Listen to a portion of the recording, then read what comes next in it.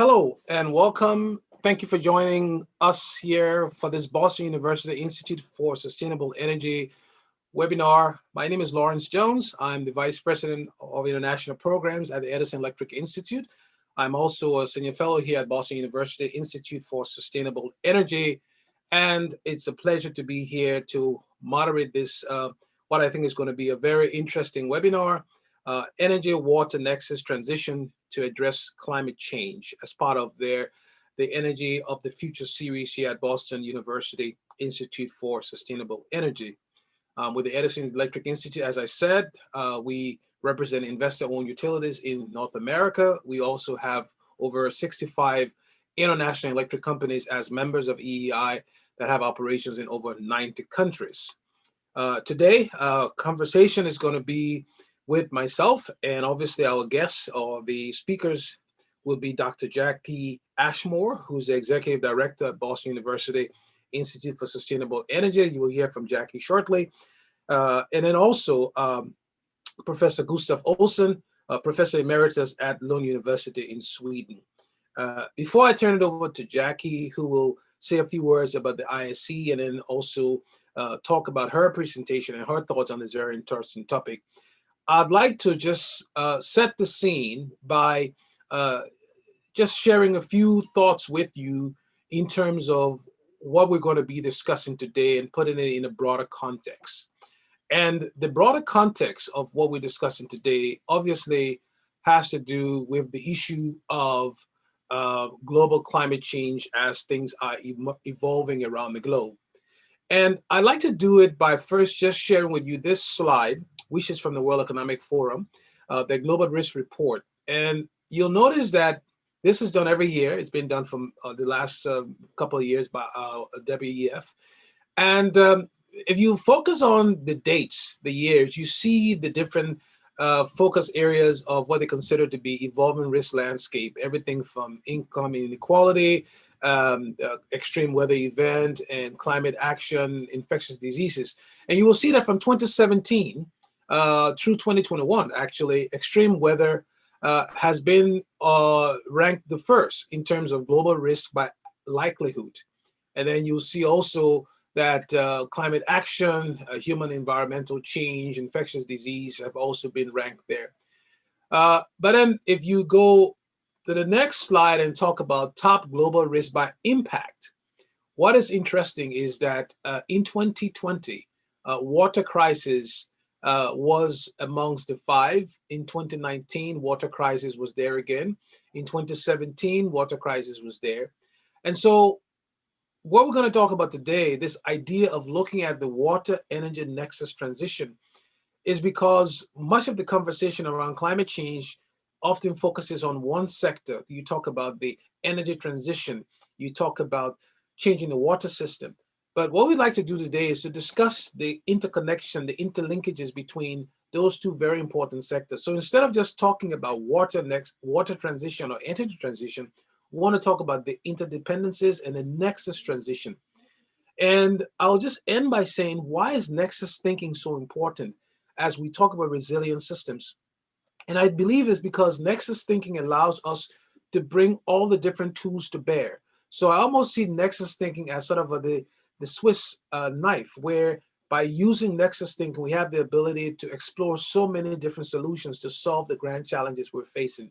So I look forward to a very stimulating conversation today with Gustav and Jackie. And so with that, Jackie, I'll turn it over to you to introduce ISC and then go on and give your presentation. Over to you.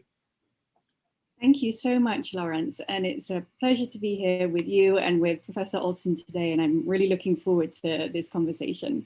I will just start giving a little background on the Institute for Sustainable Energy. We are an interdisciplinary university-wide institute focused on academic analyses with real-world impact. This means we often collaborate with external stakeholders to help business leaders, energy providers, financial markets, and public policymakers develop and implement equitable and effective decarbonization strategies at all scales, from local to global. We're 5 years old now, and we started working on water as one of our 4 core topics from the very beginning of the Institute. So that's been a really exciting area of work. Before I launch in, I just want to say a really big thank you to our sponsors. The Northeast Clean Energy Council is our series co-sponsor for the Energy of the Future, along with the student-run club, the Boston University Energy and Sustainability Club. We also want to thank today's event sponsor, that's the Edison Electric Institute. And we're just thrilled to see that we've got a fantastic audience involved. And I believe that audience members should feel free to add questions through the Q&A. And you can pop those questions in at any time, including after Professor Olsen and I have shared some opening comments. So with that, I will launch into my presentation, and let me just get into presentation mode here. One of the things that I think we acknowledged when the three of us were preparing for this conversation is we're framing it about the energy-water nexus, and that is critical.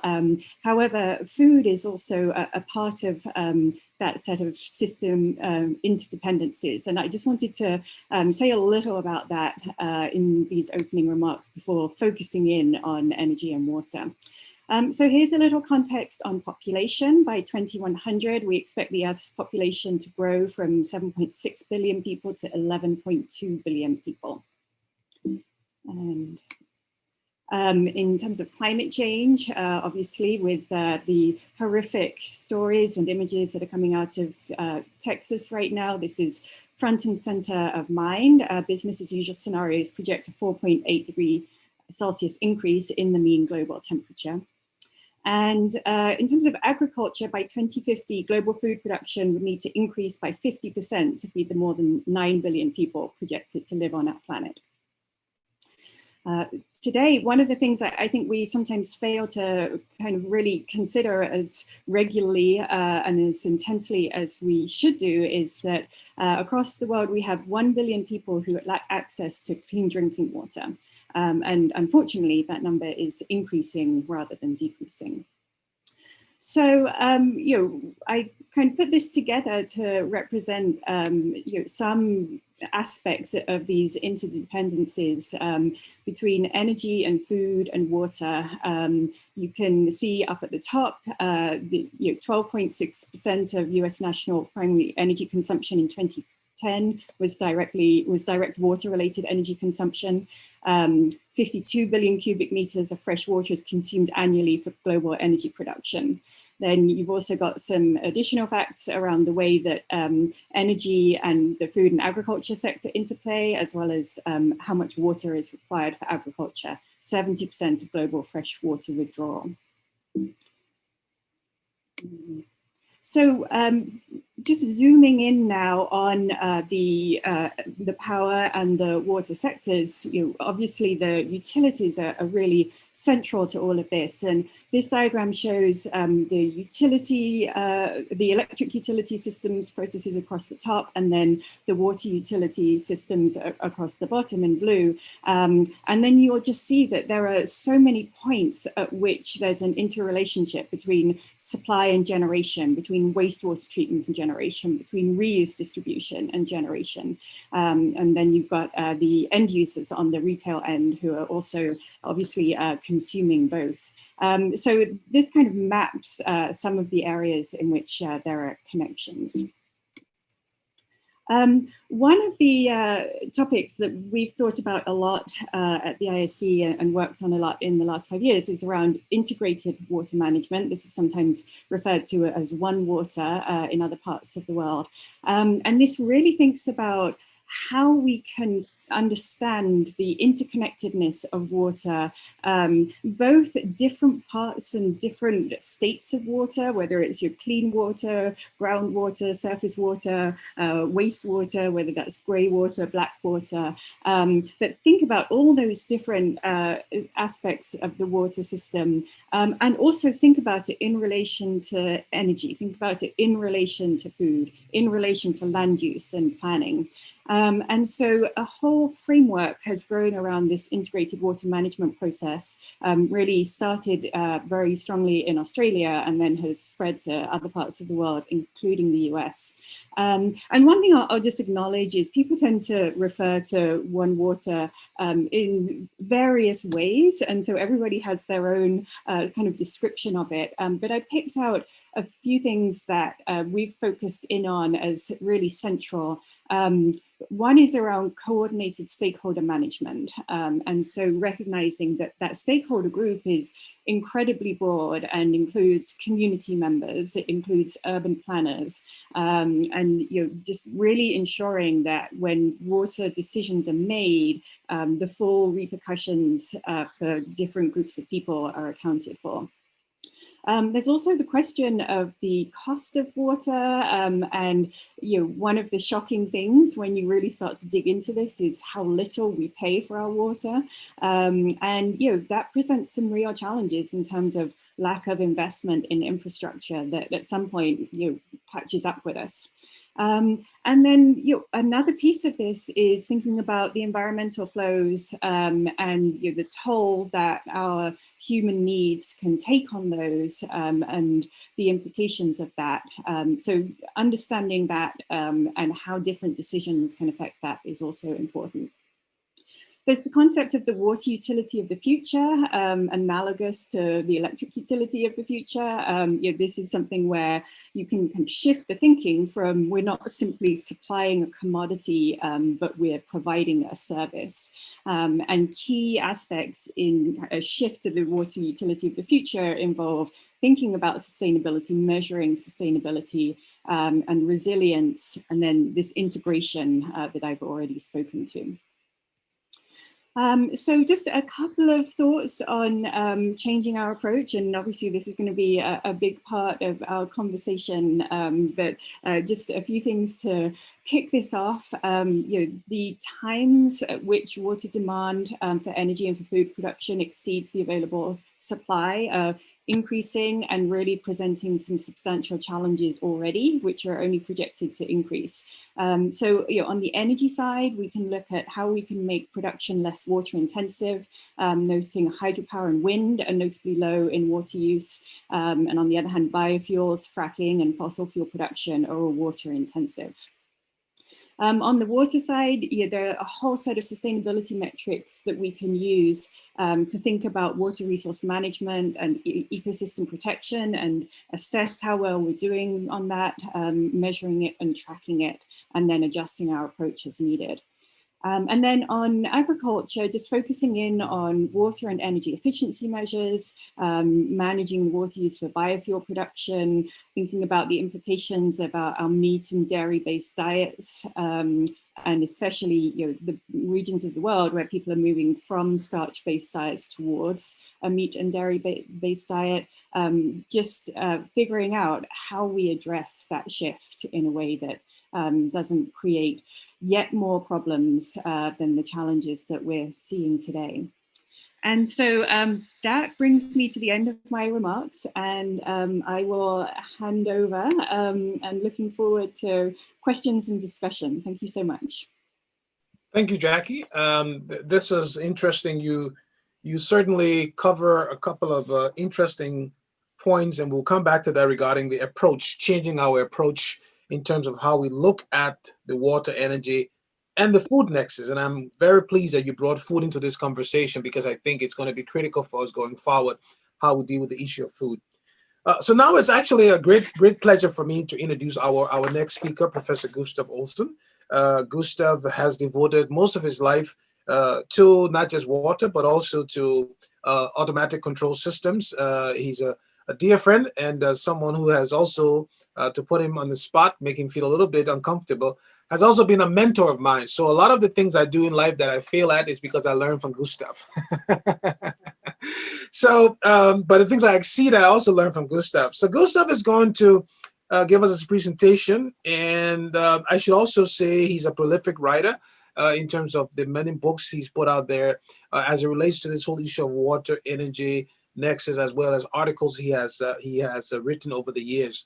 So Gustav, looking forward to your presentation. And then again, let me encourage the audience to please begin submitting your questions. We're going to have a very robust conversation, and I can guarantee that both Jackie and Gustav are looking forward to making this as provocative as possible. So Gustav, over to you.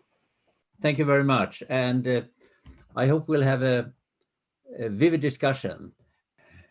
I want to show that climate, energy, food, and water, they are all interrelated. They depend on each other.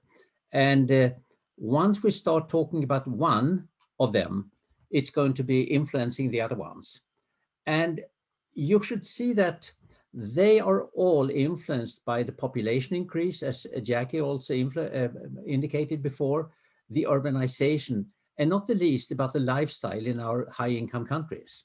So all of them depend on each other, and you have these external power forces. Now, look at the UN Sustainable Development Goals. We know that, okay, one of the goals is clean water for everybody and sanitation. We know that affordable energy is certainly a critical goal. But if you look at all the other ones, none of them can be satisfied if we don't have sufficient amount of water and energy. So they are all coupled. They cannot be silos and solving one problem at a time. All of them depend on water and energy. Now, look at the climate. And now you will see how the temperature has increased last year compared to a 30-year average before 2010. And you see for example, in the North Hemisphere, around Siberia, for example, there's a red area, which means that the temperature increase has been much, much higher than the global average. And even in my own country, we have already exceeded the 2-degree limit, 2.1 degree in Sweden, even if the world average is 1.2.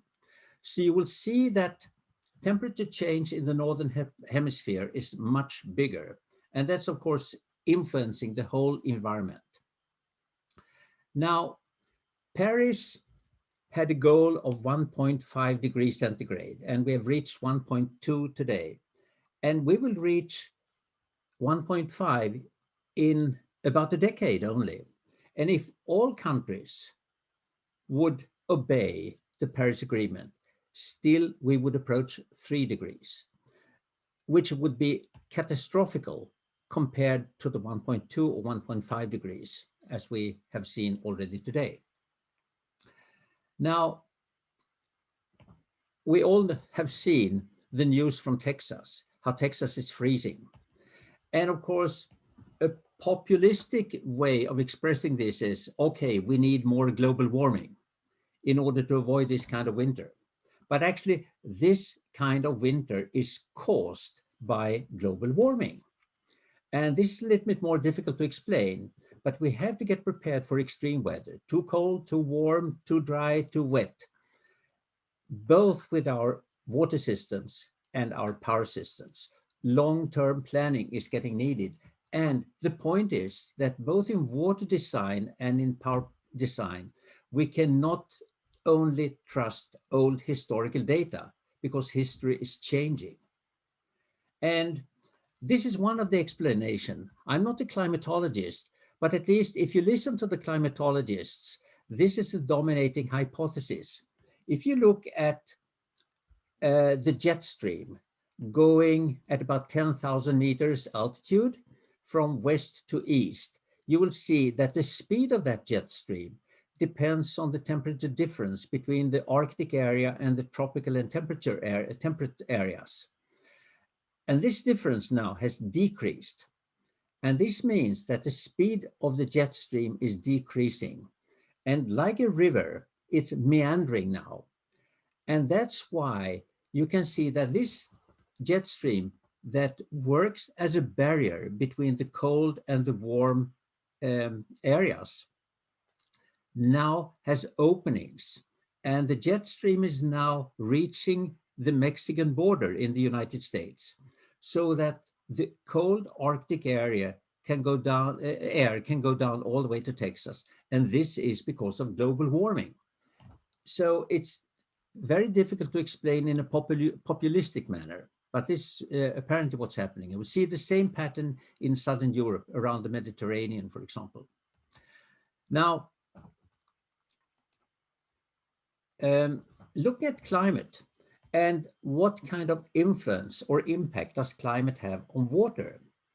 Well, it's getting drier, and water is actually the canary in the mine, in the coal mine.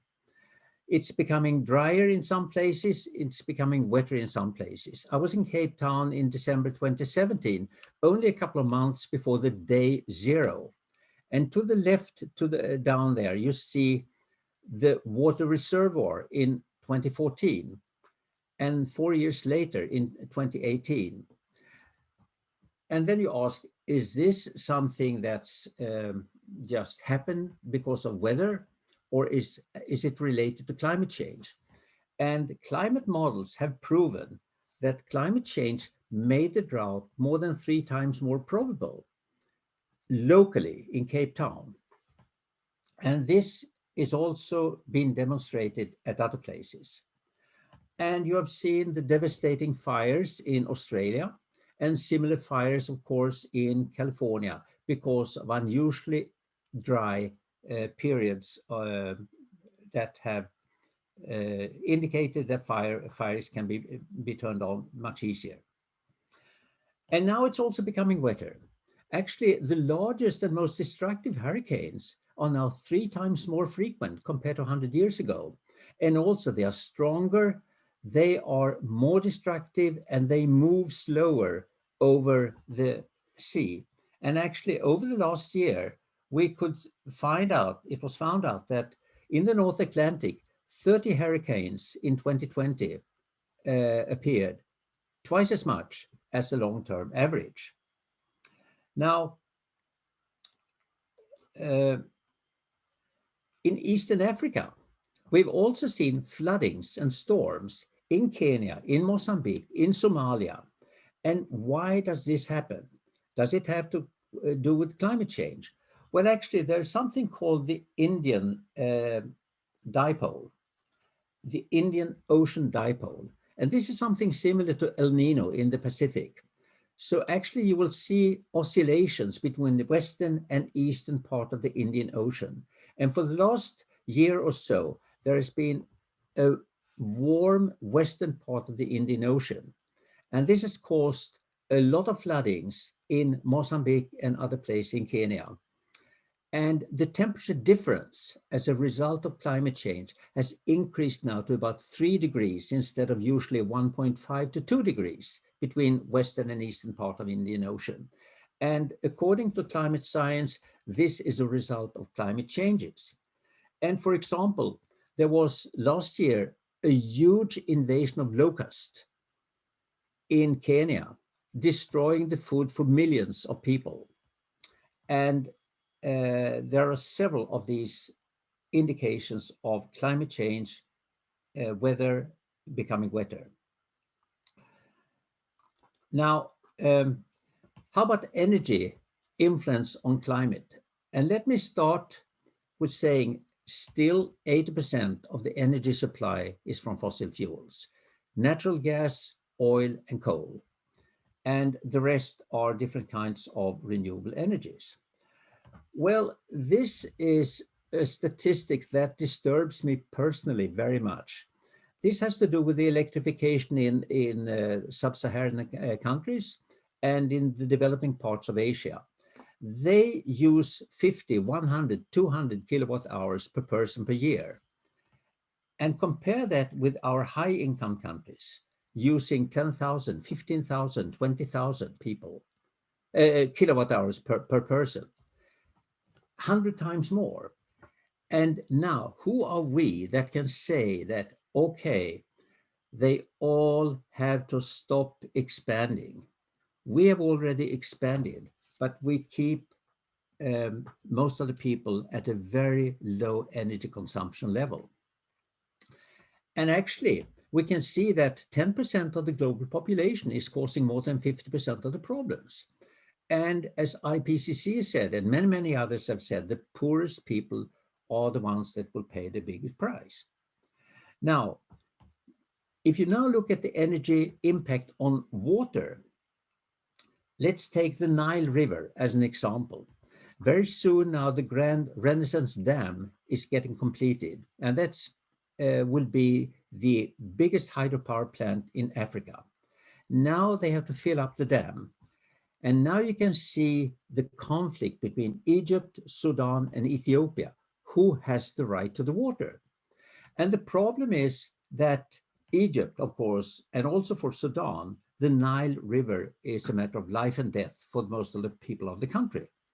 Now, Ethiopia says, we wish to fill the dam in 6 years, while Egypt said, no, you have to use at least 10 to 20 years in order to fill the dam. And of course, the Nile River flow rate has to be influenced. You can also look further downstream at the Aswan Dam. Actually, Lake Nasser, on top of the Aswan Dam, is evaporating about 2 meters per year. And that means about 10 cubic kilometers of water is disappearing from the Nile River. That's about 1/3 of the flow rate because of the hydropower.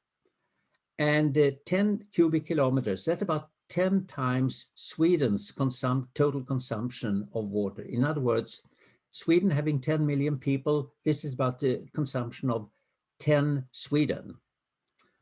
Now, hydraulic fracturing is another problem for water, because for every pipe hole drilled in the ground, about 3,000 meters down and then horizontally, 15 to 20,000 cubic meters of water is used. So it's a water scarcity problem. And hydraulic fracturing is taking place many often in water scarce areas like Western Texas, for example. But also you have a lot of chemicals that are toxic, causing cancer, and so on and so forth. So both water quantity and water quality are influenced heavily by hydraulic fracturing. And another one is the oil sand in Alberta, Canada. We are talking about several hundred liters of water is getting used for 1 liter of oil. And also the carbon footprint is different for that kind of oil, because how, let's say, carbon friendly fossil fuel is depends on the number of hydrogen atoms compared to 1 carbon atom. Methane or natural gas has 4 hydrogen atoms. Crude oil has 2, and the tar sand oil has 1.5 at an average. So the carbon footprint, as well as the water footprint, is huge if you look at the Athabasca. And then, of course, we have the accidents. And we all remember the Deep Horizon in the Mexican Gulf in 2010. And that was causing 780,000 cubic meters of water getting spilled. And the cost was $40 billion US. And that means a compensation of about $50,000 US per cubic meter of leaking oil in the Mexican Gulf. Now compare that to Nigeria, that has one of the most important wetlands in the world, in the Niger Delta. This is what it looked like before the leakages. And here's my colleague, Ninibarini Zabi, who is one of these water heroes that is fighting not only for his people, but also working constantly to monitor the water to show what the water leakages, oil leakages has caused. And so far, over the last 50 years, 2 to 3 times the Mexican Gulf has leaked out in Nigeria. And the compensation has been $40 per cubic meter after 10 years or more of fights in courts in the UK. So compare the $40 to the $50,000 to show some of the problems with the transportation of oil. Or the lignite coal mines, they are created a lot of water pollution problems because the acid mine drainage is causing coal, air, and water to connect to each other. And this is creating sulfuric acid, creating a lot of water pollution problems that are seldom solved by the mining companies.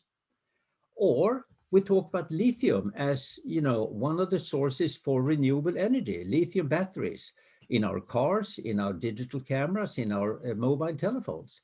There is a lot of toxic water pollutants in the mining.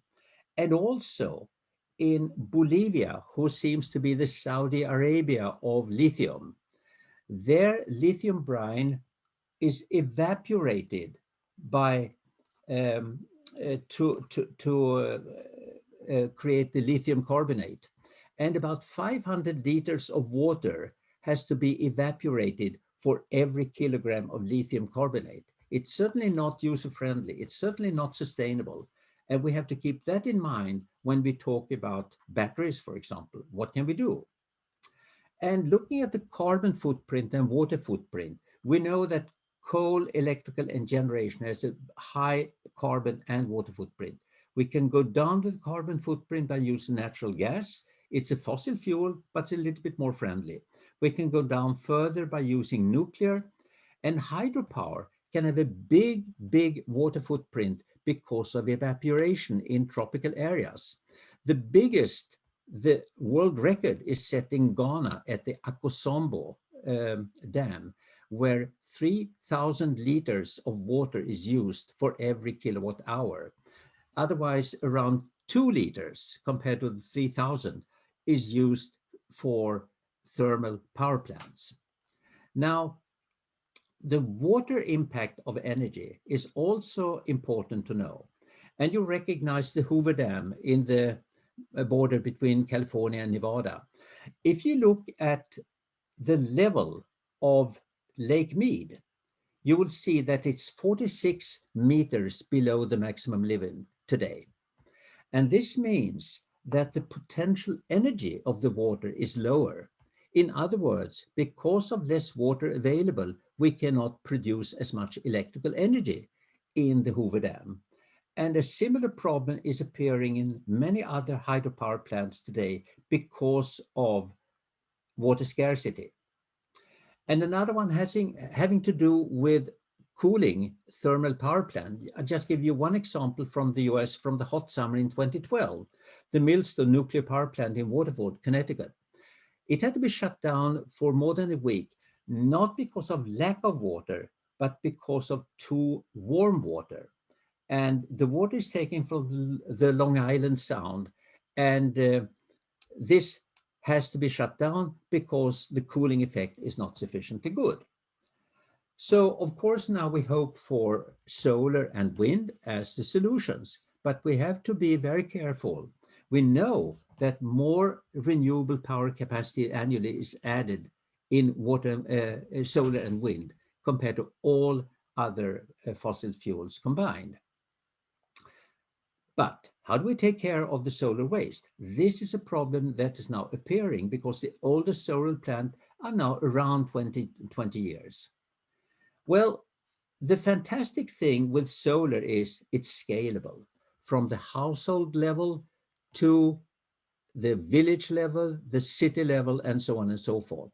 And these units can be used for pumping water, for treating water, for desalinating water, and for reusing water. So there's a great hope in using solar PV for solving many of the water problems. But we have to know and realize the coupling between all of them. And finally, how food is influencing the water. Well, Jackie also mentioned that about 70% of the total global withdrawals are for irrigation. And of course, this is a huge problem because that water has to compete with people, with industry, and so on and so forth.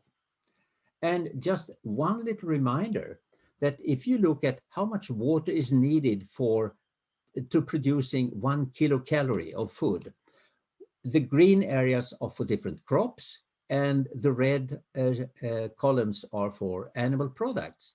And of course, if you compare beef needing more than 10 liters of water per kilocalorie of meat or beef, that is, of course, not a sustainable solution. So the kind of food we eat and the kind of food we waste, of course, has to be considered as one part of the solution of this huge problem. So I think my message is that They all are coupled to each other.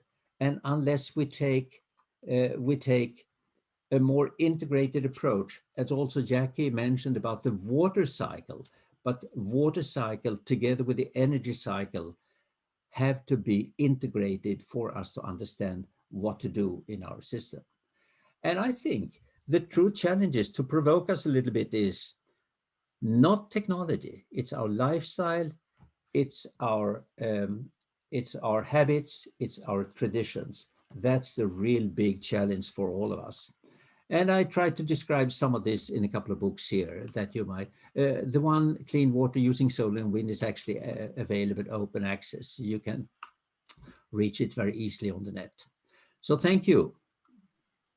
Thank you, Gustav. I think we're going to have a very interesting conversation now. We've gotten a lot of questions coming already, and so I appreciate that. So over the next 60 minutes, let's have a very rich conversation, candid conversation, because there are a lot of issues here. First of all, I forgot to say, and I will be remiss if I didn't say that in terms of global climate change, it's great that today, February 19, the U.S. is formally rejoining the Paris Agreement. And obviously that is something that the rest of the world is excited about. And so we look forward to seeing how that has an impact on the conversations we're having today. That's wonderful news. Excellent. And then obviously we've already gotten several questions in about the situation in Texas. But I'd like to begin first with you, Jackie, and talk about the integrated approach, because you talk about integrated water management and you clearly laid out reasons why it should happen. But one of the things I want to get into as we talk about this water energy nexus transition, where we're transitioning both systems at the same time, can you just talk about, based on your experience, what are some of the policy related challenges to using an integrated approach to deal with the water challenge or the water energy challenge from your perspective?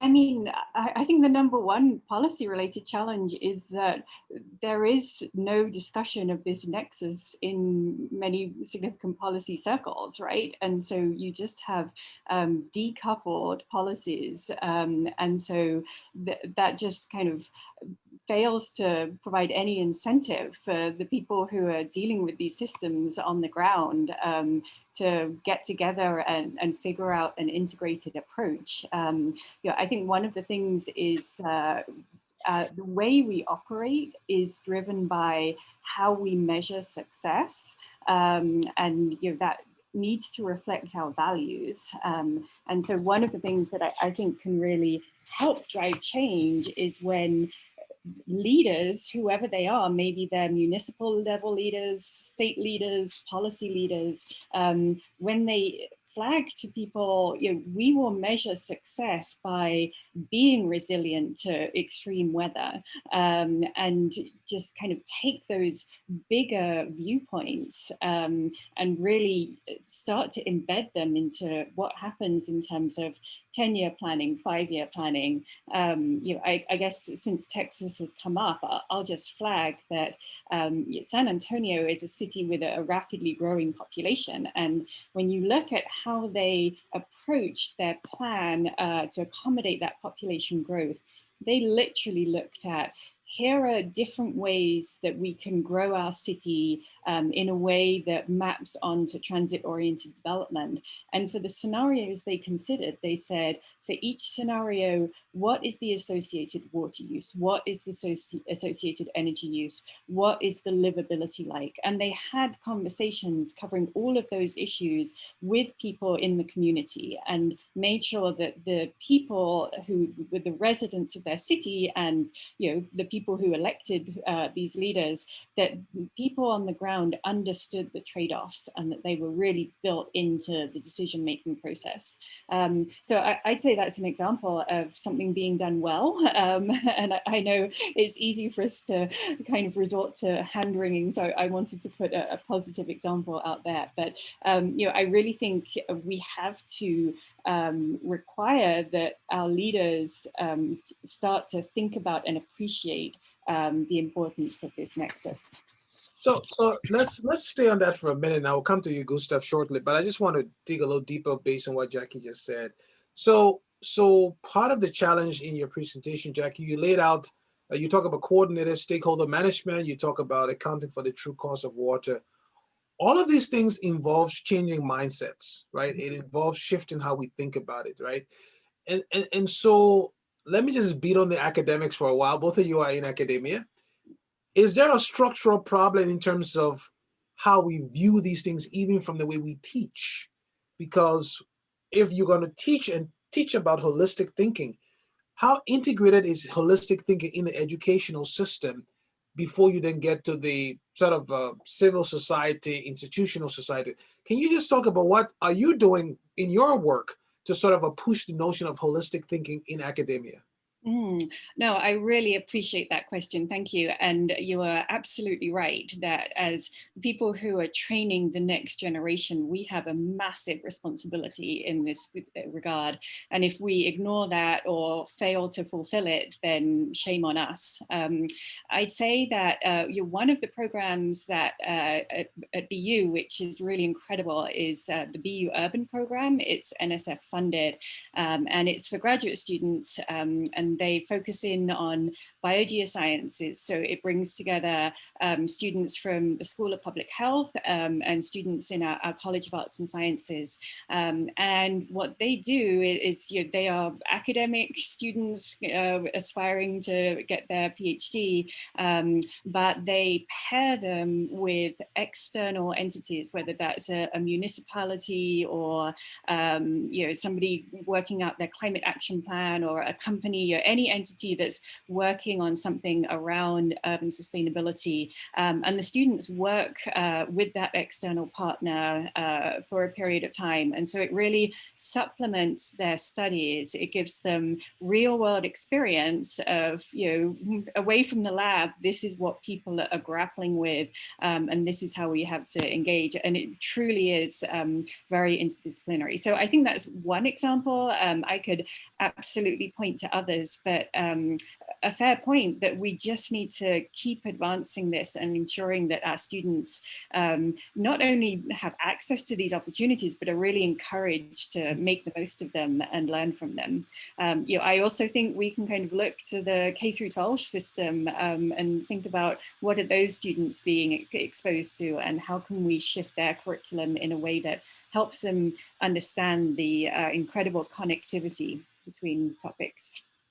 Gustav, let's come to you, and I want to stay on the point that Jackie talked about regarding the sort of the educational system, because I think part of the challenge here in this Nexus thinking involves educating not just at the university level, but across society, right? And so let's just think Paris, for example, the Paris Agreement, COP26 is coming up, right? What has frustrated you most about silo thinking within the context of dealing with the transition of our global systems? I know you've been involved in the water side, you've been involved in the energy side, but when you look at COP26 in front of us and you look back at some of the previous COPs, what has concerned you the most about this silo thinking, even when we discuss something like climate change or we discuss, water energy nexus? Can you talk about that? Well, it's kind of interesting that not until I retired, I was able to really work seriously with the water energy nexus. Because before you ask for some kind of financial support, I would like to work with the water energy nexus. Well, then they said, you have to make up your mind. Do you want to work with water or do you want to work with energy?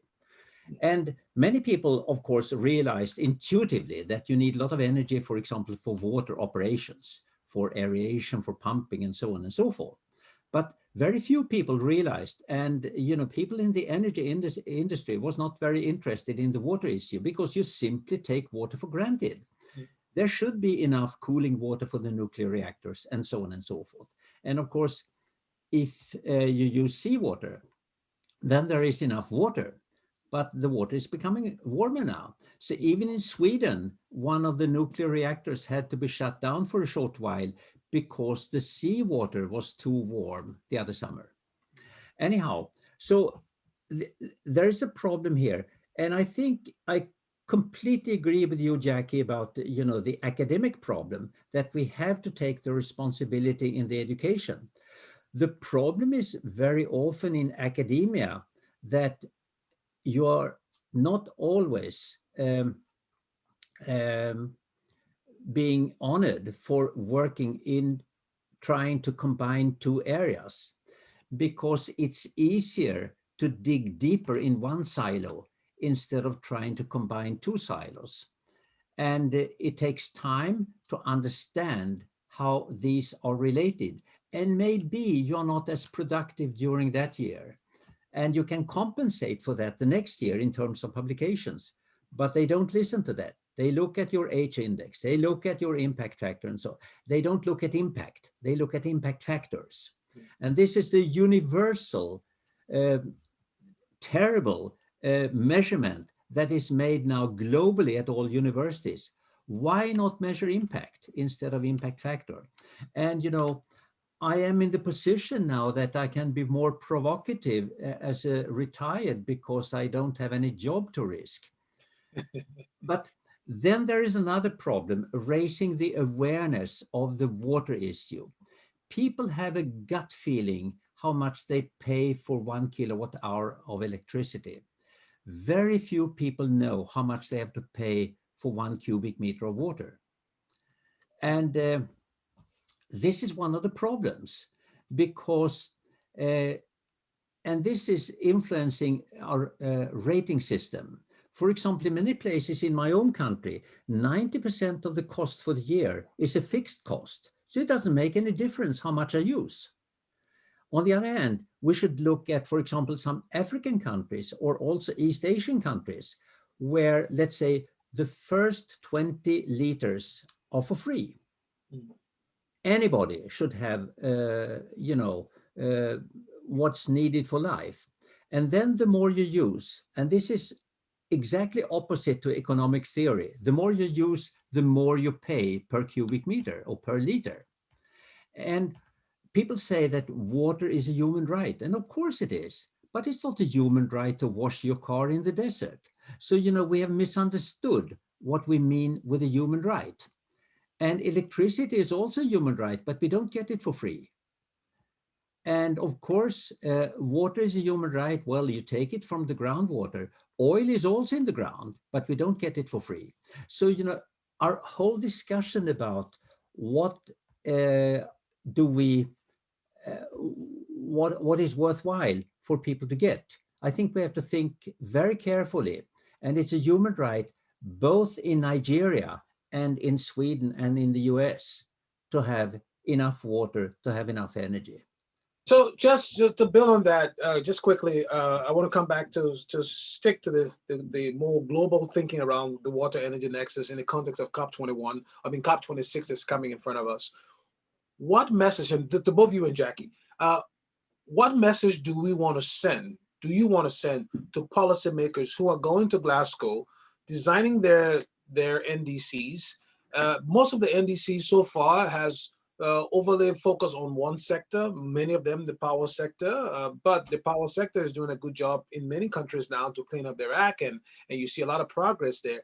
So how do you get policymakers going to Glasgow as they're designing their NDCs to start thinking about these nexus issues? Because I've read some of the NDCs and they're still very siloed.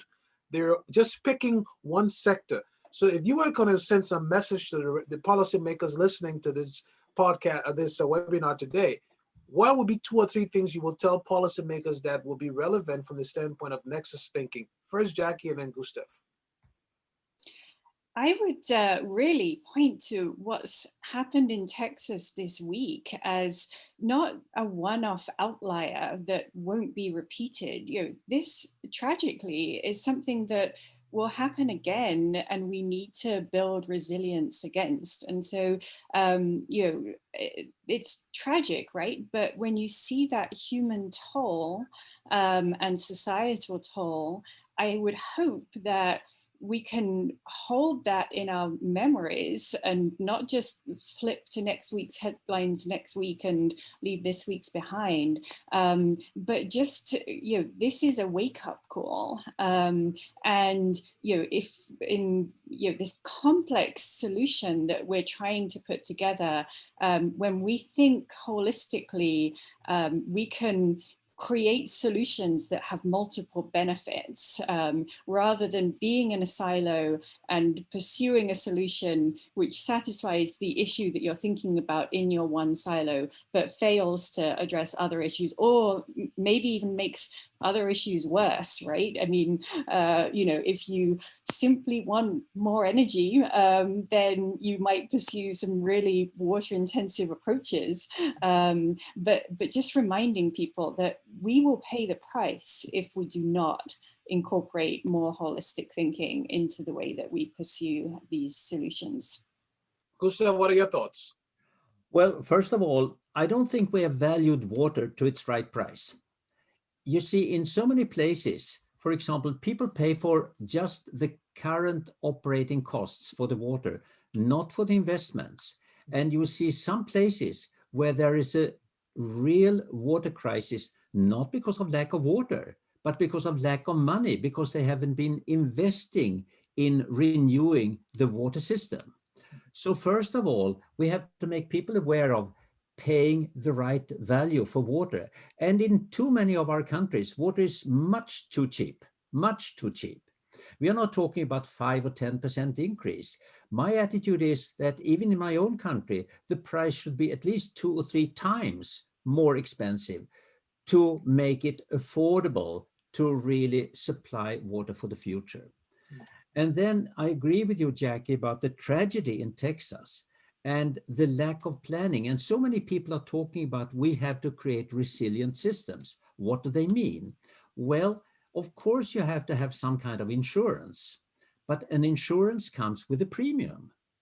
And so often we are not willing to pay that premium, but we would like to have the insurance. So I think, one example is, for example, in Australia, they had this 5-year drought a few years ago. And during that time, they designed a desalination plant along the Gold Coast in the northeastern part of Australia.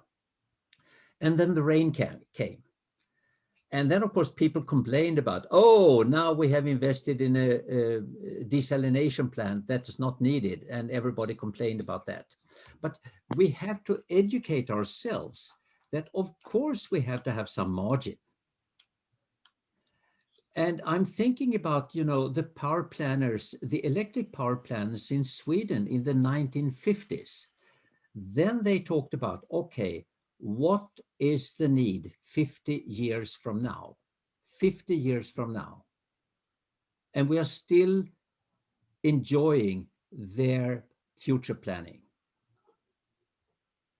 So I think the price we pay, and we should recognize the value of water, and we should also recognize the value of energy. We waste so much energy. It's mind-boggling.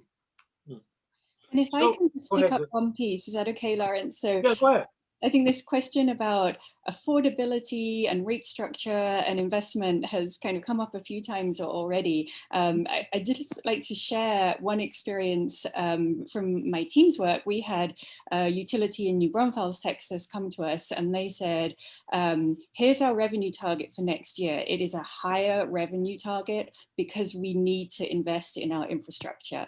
And at the same time, they said, we want to motivate conservation, we want to maintain or improve affordability of our water. And so, and also, we don't want to be taking risks. We don't want to be setting up a new rate structure where we risk a significant shortfall. And so my team was able to dig in with some great tools that are available and put in place this increasing price with increasing use, with the low use scenario being incredibly inexpensive expensive. And it did achieve that revenue goal. And so sometimes these issues can look like they're all in tension with one another, and you can feel like, whoa, where's the solution? Surely we can't satisfy these constraints simultaneously. But there's just so much great research out there, so many incredible tools. When you really dig in, there are ways to satisfy all of these requirements simultaneously. And so you mentioned affordability. There's a couple of questions coming here, and occasionally I will cite the individuals because I don't like to claim good questions when they come in because they're not my questions. So this one is from someone in the audience, Paulina Schwartz, and she's basically asking the question about how can you improve water price signals while at the same time not exacerbating the poverty of the most vulnerable population. And that gets into this issue you're talking about, Jackie, about pricing. So how do we go about improving the price signal, not just water, but water and energy? And maybe do we come up with new metrics? Maybe do we start a price signal that ties a bundled price for water and energy together? I mean, we need some innovation here. So what are your thoughts there? Maybe Gustav and then Jackie. Well, first of all, if you look at the growth rate of some of the big cities, especially in the developing world, there's no way you can afford and have the time to dig sewers and create centralized water treatment and wastewater treatment. I think we more and more have to think in terms of decentralization. Because if you look at the cost, for example, for a wastewater treatment plant, 2/3 of the cost is about the sewers, and 1/3 is about the treatment plant itself. So you can quicker come to decentralized solutions. And then, of course, we ask, is that possible? Well, if you look at water systems now, we have water treatment plants, we have desalination, but also we have wastewater treatments and biological wastewater treatment plants available today commercially for one household. And, I have a friend who has his biological activated sludge plant. It takes about 60 watts to operate. Still, it's on the expensive side, but it shows it's possible. And I will say there are two things that makes it possible. The technology is there for the decentralized water solution, and also for decentralized, as we have seen, energy solutions with solar and wind and so on. They are scalable. Number two is my first love, of course, in technology is automation. And this makes it possible to remotely control these areas. And the problem is now, in centralized systems, you might need a PhD for every treatment plant to run it properly. Well, of course, the qualified people can be in a remote control room, watching over hundreds and thousands of small treatment plants. So the competence is there, the communication system is there. We have Internet of Structure, we have decentralized solutions. So it's possible to decentralize and build up much quicker than we can do with a centralized solution. Jackie, what are your thoughts on the issue of price signals, water energy or the water energy nexus combined? Yeah, so much to unpack here. I think I just say to Gustav's point earlier around we typically do not pay the amount we should pay for our water. I have definitely seen cases where utilities have tried to put price signals in place. And aside from the low income community, which, if your structure of your rates is poor, they'll be impacted by that. Obviously, that's unacceptable. But you can try and send a price signal to high income customers, and some of them will just say, I'll pay, no big deal. I'll keep irrigating my lawn in the 105-degree weather in summer.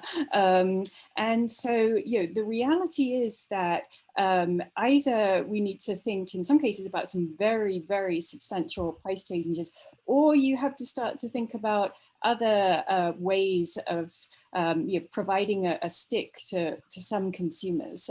So that is one piece. But I also think Gustav's comments around moving towards more distributed infrastructure is really important, both on the energy side and also on the water side. And finally, I just say, in terms of pricing, you see utilities on the energy side and on the water side, you're adding in tariffs for future investment. One of the things I see on the water side is tariffs often for grey infrastructure, and sometimes your colossal grey infrastructure projects. And I think that is really a moment for us to step in and say, are we right to be building massive grey infrastructure that's going to be locked in for decades? Or can we make that smaller and work out some other solutions based on green infrastructure? So I think there are some real opportunities there that we need to think about also. And I guess finally, I'll just say, to the extent we can find ways to price the environmental impact into the cost of development and into the price people ultimately pay for water, that's helpful, right? If we're pursuing methods to get water or generate energy that are then having massive environmental impacts that we then have to go and spend a lot of money from another pot to clean up, well, that's kind of reinforcing a cycle through a lack of pricing thoughtfulness. So I think that's an area we need to dig in more on.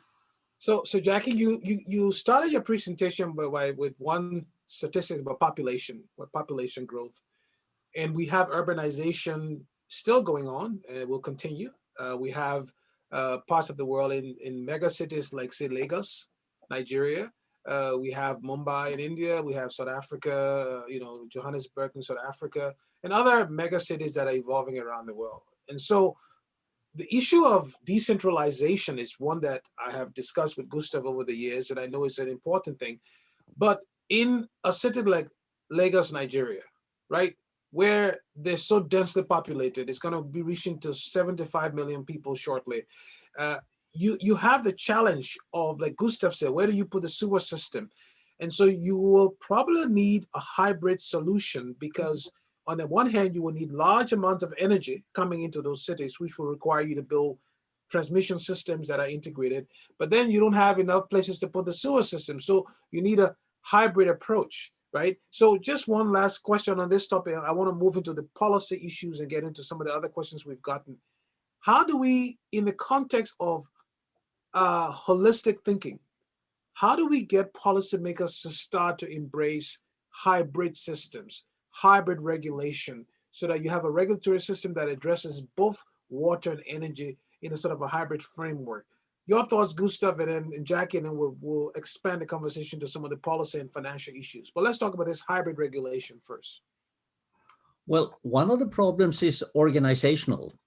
Too often you find a special company for the drinking water treatment, another company for the wastewater treatment. Well, my role model is, for example, in where they have a ministry. This is Malaysia, Ministry for Water, Energy and Green Technology in the same ministry. So people have to talk with each other. And again, by the organizations, we have a lot of silos, and each one of them have their own motives and driving forces. So this is one of the problems. And of course, as you say, Lawrence, that we have to look at the integrated view. And what you say, Jackie, is the whole water cycle for a specific area in a city has to be considered, because again, you cannot solve one problem without looking at the other. So I think integration, not only in the technical terms, but in organization, is one of the great obstacles, I think. Jackie, what are your thoughts? Yeah, I think Gustav has made a really key point. And I guess I would just say that I'm seeing change here. We have actually had 2 virtual roundtables in the last 2 days of city leaders from across the US and from the UK. And we did pre-interviews with them, and they're all focused on climate action. And what I think cities are moving towards is, rather than, here's my housing department, here's my energy department, here's my water department, here's my sustainability department. Cities are starting to move to having sustainability as a thread that's considered in all departments. And instead of allowing all the expertise in sustainability to just sit in that sustainability department and then having them have to knock on doors or hop on Zoom calls today in order to interact with their colleagues thinking about other issues, it's really starting to infiltrate across the city. And it's slow, it's not like a big overnight change that's happening rapidly, but it's heading in the right direction. And on that note, I would just say, I mean, looking at Biden's appointments, he is just going all in on this and is appointing people like Buttigieg in transportation, who is really mindful of emissions and climate change. So I think at least now, and again, I always like to kind of find the bright spots and focus in on them, because there's so much to worry about sometimes. But I think we're starting to see people understand that the integration has to be in your organizational structure. And hopefully that is the beginning of real progress. We're getting quite a number of questions in, and obviously I'm conscious of time. I want to get a few in here, and I want to put it in 3 buckets, and we can discuss the buckets. So let's first get into politics, right? So a couple of questions here address the issue of policy making, where the energy nexus goals might be competing goals, and the person gave an example of, say, fracking, where you need to have water. Maybe the carbon footprint is low with natural gas. On the other hand, compared to other resources, policymakers have to balance this tripod, if you may, of reliability, affordability, as well as clean, right? So as we look towards COP26, when we deal with some of these political issues here, here's a question specifically for Gustav, but I can hear a response to it from Jackie as well. So this person wants to be anonymous, but I'll just read it because it's a very interesting observation. Talking about the role of leaders and leadership at national levels across the globe, I believe this questioner, politics is tightly entangled with how we move towards sustainability goals. Although SDGs are all set by state actors, I believe there is an inconsistency in what our vision is versus how we politically and economically behave. And then the person go and give a couple of examples and talk about how Gustav brought up the issue of the poor in many countries needing to sort of benefit from this. And so the question is, how do we get policymakers and politicians to realize that they need to start thinking long-term in terms of dealing with these issues, which are not short-term issues? How do you change the trajectory from a short-term thinking to a long-term thinking by our policymakers and politicians, who are the ones actually deciding the fate of the world? We'll get to the investors in the next round, but let's talk about the policymakers and the politicians. How do we get them to think long-term? Should I answer first, or? Yes, go ahead, Gustav. You first. Okay. Well, first of all, I think we have learned something from the pandemic. It doesn't show any national borders, and still the pandemic is spreading around the world. Now, we cannot close the CO2 and methane leakages and so on and so forth within our national borders. It's spreading all around the world. We have to recognize that we cannot be nationalistic. That's the first thing. The second thing is, okay, now we know that we have about 440 billion tons of CO2 in our budget left. And this means with the current production, it takes about 6 to 11 years, according to the latest calculations, 6 to 11 years of CO2 production. And that's going to influence the whole world, not our own countries only. And who are the biggest producers? Of course, that's we in the high income countries. So, it's very uncomfortable to recognize this for us, that we are the sinners, not the other ones, but they are the victims. And we have to be very clear about that. There is no other way. And we cannot just save 5% or something like that. We have to make major changes. And then, of course, people object, oh, it's going to be too expensive. Okay, let's look at the money. I think there is about $12,000 billion spent in a year for the COVID situation.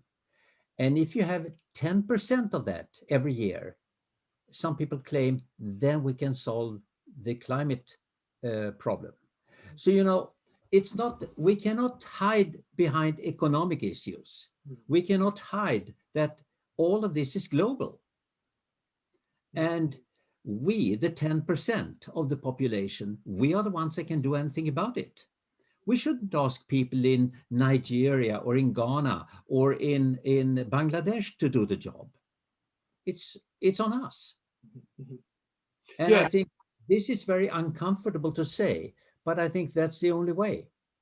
Yes, we're about having uncomfortable conversations. It reminds me of the inconvenient truth, and we're having the uncomfortable conversation here this morning or this afternoon.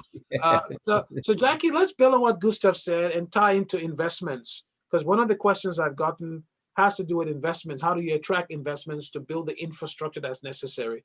You mentioned Texas a number of times, but it's not just Texas. I mean, across the globe, huge investments needed. And how do we get society to agree to make the necessary investments and to agree to pay for the infrastructure? Because if we don't do it today, like you said, we have long-term consequences. And so how do we attract capital, private investment to invest in these critical infrastructure like water systems, like energy systems? What are your thoughts on how we attract private capital to invest in these water and energy systems? I mean, really, I guess I'd like to sort of address your prior question and this one together. Sure. I think that what's really important is that people who really understand and appreciate these issues just communicate them and communicate that we care about them to our leaders, right? So with the politicians working to encourage them to think long term, we need to hold people accountable at the ballot box. And then when the people who think long term are in power, we need to show up for them for the duration of their term and encourage them to keep thinking long term, make sure that political opponents or other obstacles get addressed. And so that's on the political side. But then I think that applies to all of our other leaders too, right? We need our corporate leaders to be thinking long term. We need local leaders and those who are managing these systems kind of on the ground. We need them to think long term. So I really think it's about just communicating so much and hopefully growing the group that understands this issue and understands its importance and the urgency in changing the way that we approach things. So I feel that we all need to be somewhat evangelical, and that should be with our friends and our families, as well as with where we choose to spend our money and who we elect and how we support them or challenge them.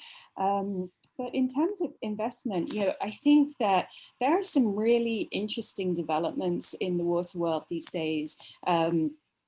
Certainly, there's a lot of interest in public-private partnerships that have not been leveraged too much traditionally in this space, but they are starting to be more appreciated. And I think it is those places that are thinking not simply about where do I get clean water? Where do I get my energy? How do I get it to the person who needs it? But are also thinking about, what are the environmental implications of how I'm sourcing my water, how I'm sourcing my energy? And once you appreciate, I'd say, a new set of risks and opportunities by considering that broader picture, tools like public-private partnerships, environmental impact bonds, there's a whole world out there that I think is just starting to open up. And I hope that as people become more familiar with it, they can feel more confident in turning to it as a tool. So that's one of my hopes, that that grows and that supports better infrastructure in the future. So communications, becoming, I would call it water and energy evangelicals, if I'm using what you said. So Gustav, let me come back to you. You several times you said my country. And that country you're referring to is partly my country as well, and that's Sweden. Let's talk about, Stockholm Water Prize, big thing in Sweden, or Stockholm Water Week, a big thing there. You have other water initiatives going on. From your perspective, I know there are quite a number of Swedes on this call. What can Stockholm or Sweden teach the world with regards to its water management strategy? And what can they learn from the world? Because I'm sure there are issues there that they themselves need to grapple with. Can you just deconstruct that whole idea of Stockholm water, great at this certain things, bad at other things? What would you say? Oh, this is tricky. But, I think one of the issues is that when the Stockholm Water Prize is, and all the ceremonies around it are taking place in late August every year, then suddenly the newspapers and the media wake up and they talk about water for 1 or 2 days. Mm-hmm. And then they forget about it for 363 days. Mm-hmm. And so I think it really plays a very big role to, make people aware of that this is something very important. But how do we keep this consistent, instead of engaging in all the gossip on the TV shows and in the media, instead of what are the real, here we are talking about issues about life and death. Mm-hmm. And it seems to be so difficult to raise the issue. Even if you think that people in Sweden are quite aware of, the water issues and so on and so forth, still I find it very difficult. Mm. And even in a country like Sweden that has a lot of water resources, still now we have opened up several desalination plants in the southeastern part of Sweden that is getting drier in the summers. So we are not invulnerable. Interesting. So Jackie, I want to circle back to Texas. Gustav talked about, the issue of investments, and he talked about the challenges in a country like Sweden, and he talked about awareness, right? And it seems to me that as an infrastructure, both water and energy, when it's not there, it's when it makes the headlines. When it's there, no one cares. So. Yeah. How do you have a persistent or consistent awareness about the importance of these infrastructures, so that it's not only when they're gone that everyone talks about it, but that every time you open your tap water, you know that there's an infrastructure behind there? How do we build that mindset that you're consistently reminding yourself that I cannot take water and energy for granted? I have it today, but it's because of the infrastructure, that invisible infrastructure. How do we do that? How do we tell that consistent story about the need of infrastructure? I think, as Gustav noted, to the extent we can encourage media to focus on it, that's absolutely helpful. In fairness to the media, they kind of monitor who's clicking what, and things that perform well get featured again, right? So they are in part reflecting our own readership. But I really think that building a relationship with the community in terms of getting people into wastewater treatment plants, getting people into facilities relating to energy management, just making it real for them is so important.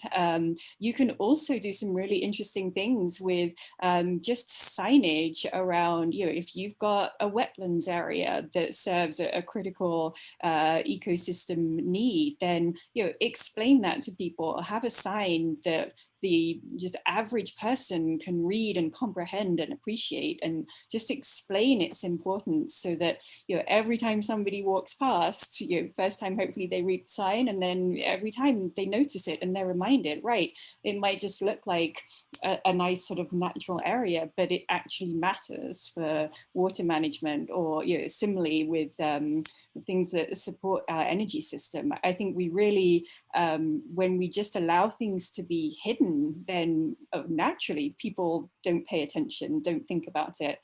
So I really just think being more proactive in just engaging people in what happens in order to get the electrons into your house, what happens in order to get clean water into your house. That seems to be a critical part of the conversation. And I think Gustav, here is the other thing you mentioned, COVID-19. There is a health factor. So you have energy, water, food, health, right? And I think if you maybe bundle all of these in a holistic nexus way, people can see the value of all these different infrastructures, right? Thinking that way. So I know we're getting to the half hour here where we're going to end. So I'll call this the sort of the round where the lightning round. I'll give you a few questions, and if you can give me some sort of a quick answers, that would be great. If possible, that's fine too. So the first one, Gustav, to you. One of the audience members asked a question: if we move to higher penetration of renewables, become more dependent on rare earth metals like lithium and others, how do we make sure that that doesn't create other environmental problems and also injustice because of the mining that has to occur for these resources? What's your quick thought on that question? Well, first of all, I mean, we have to make life cycle analysis of whatever we do. Mm-hmm. And so it's very easy for us to just looking at one aspect of it. So when we develop this, we have to look at the other consequences and then make our conclusions. That's for one thing. Then I think, talking about awareness, if I may say, I think we should start with the children because they understand.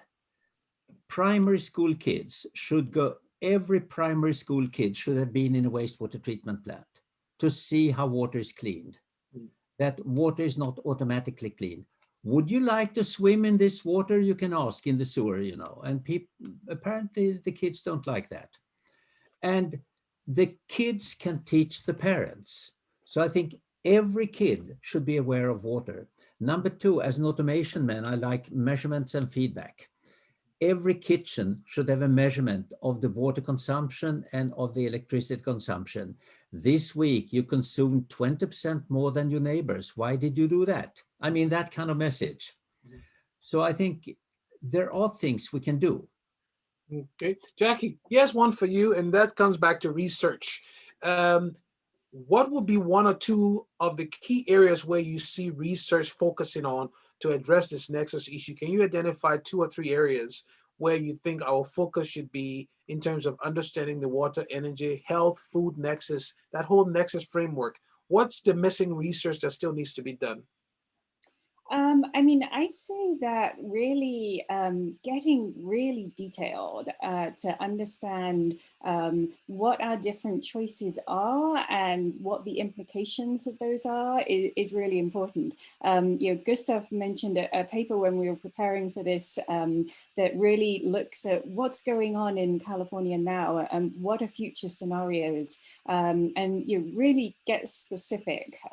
So I think you know, people who can kind of attract the funding and then really dig in, they can absolutely inform things on the ground, and that's incredibly powerful. You know, the reality of being a utility or being a municipal manager is you have a lot of things on your plate. It is very difficult to find the time or even sometimes the full knowledge set needed to really dig in and say, what's it going to look like in 50 years time and what are the full implications of these decisions.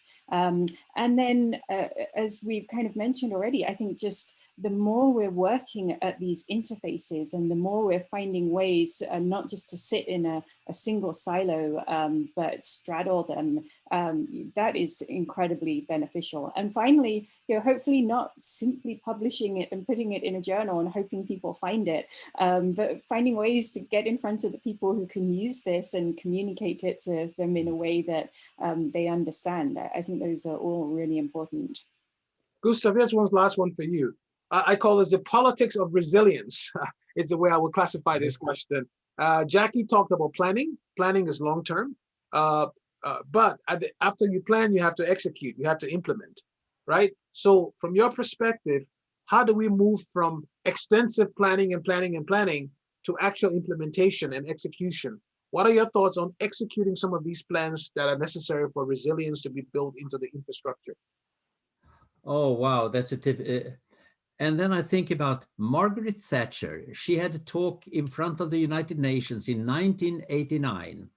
Now the climate crisis is something that we have to face, 1989. And it took us, another 30 years to really start reacting. So, we need, I would need a doctorate in psychology, I think, in order to answer your question. But I mean, why don't we react? There is a group at the Chalmers University of Technology in Sweden, and they have been looking at the the psychology of climate denial. And this is very, very interesting to see. I mean, if you have a sudden accident, if you have a sudden sickness, then you react. But if it's slow, well, apparently you have to go all the way to the edge of the cliff. Interesting. So we have about 3 more minutes left. And so what I'll do now, I'll take 1.5 minutes and I'll turn it over to Gustav and Jackie to do what I've never done before by saying, do you have any questions for the moderator? I have, Lawrence. Go ahead. I mean, you grew up in Liberia. Yes. You got your PhD in Sweden. Yeah. And you have established yourself in the US.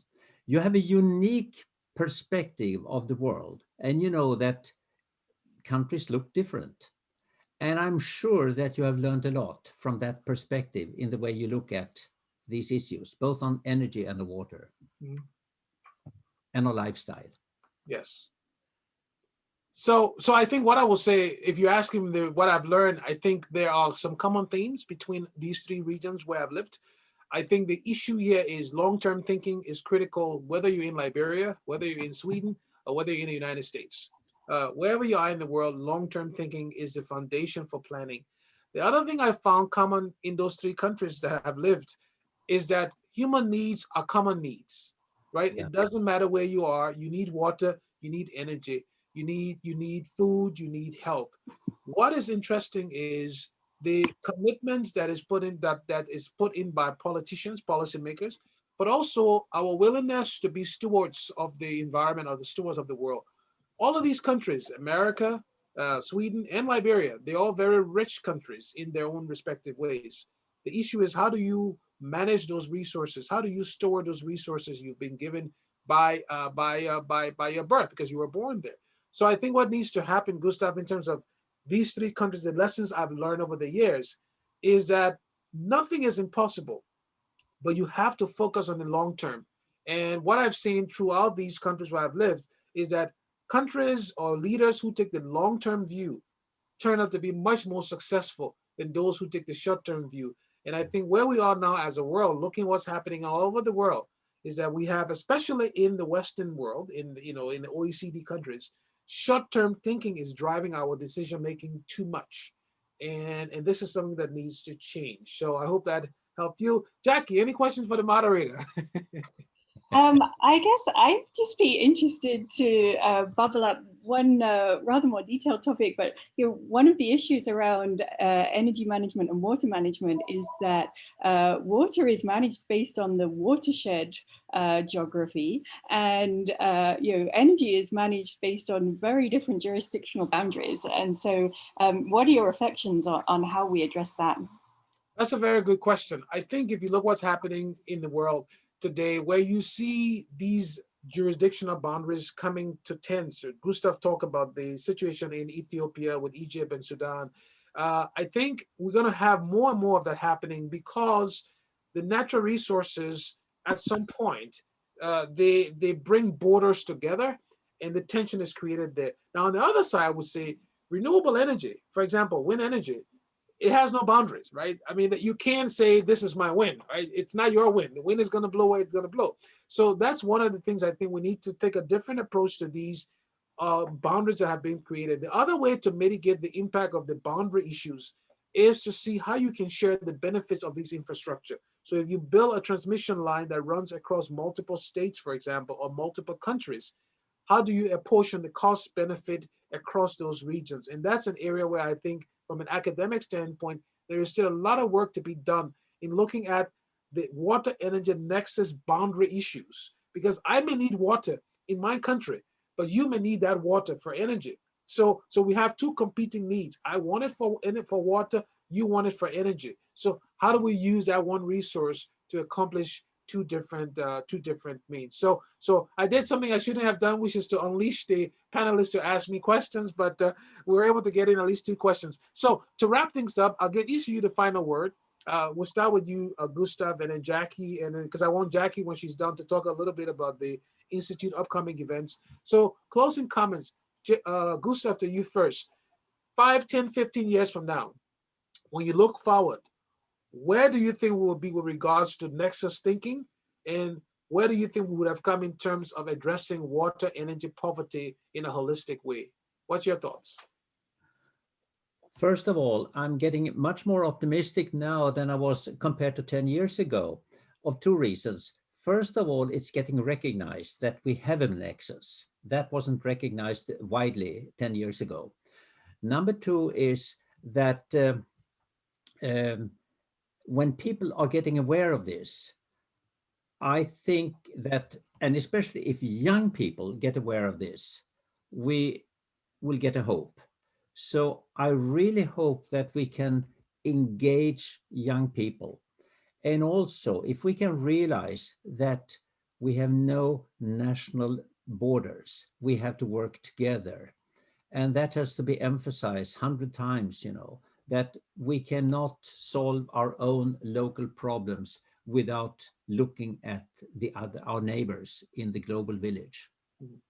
Okay, Jackie, final question for you, and then you can sum up the upcoming activities for the Institute. Final question for you is, you raised the issue of sinners. Those were your words. You used the word sinners. And so there's a question that just came in. I want to make it your last question.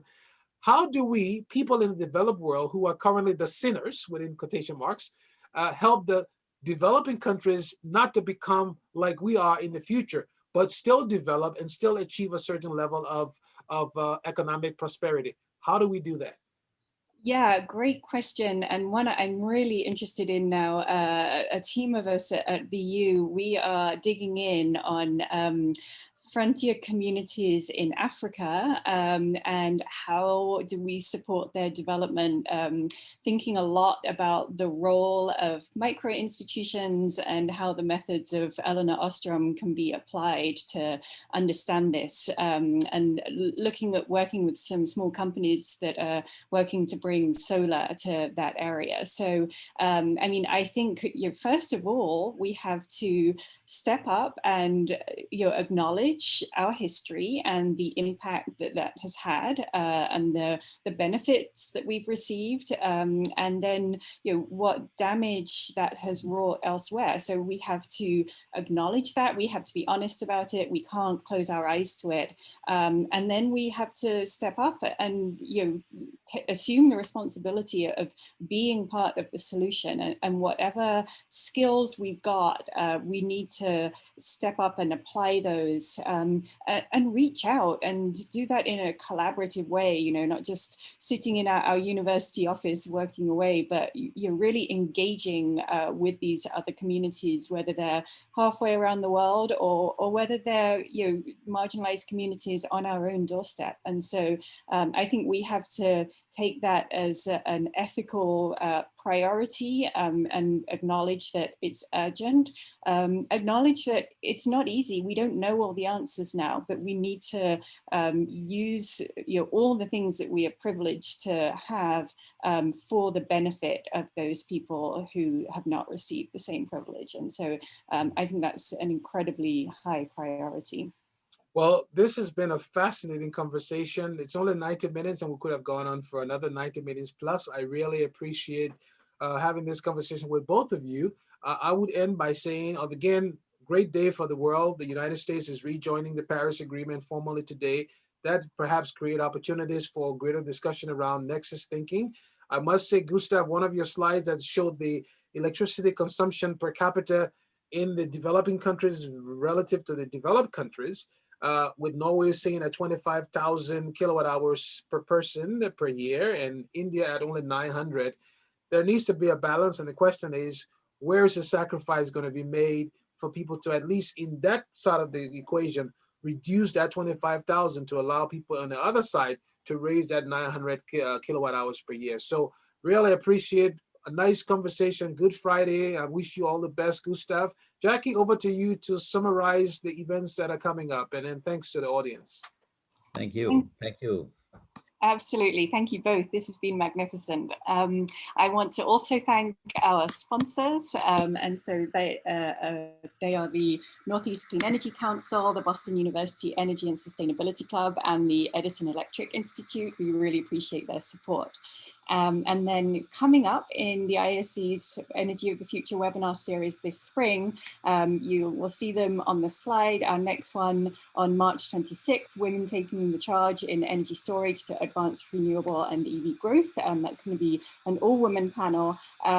April, looking at the African electricity sector. May, looking at restoring trust and confidence in experts in science.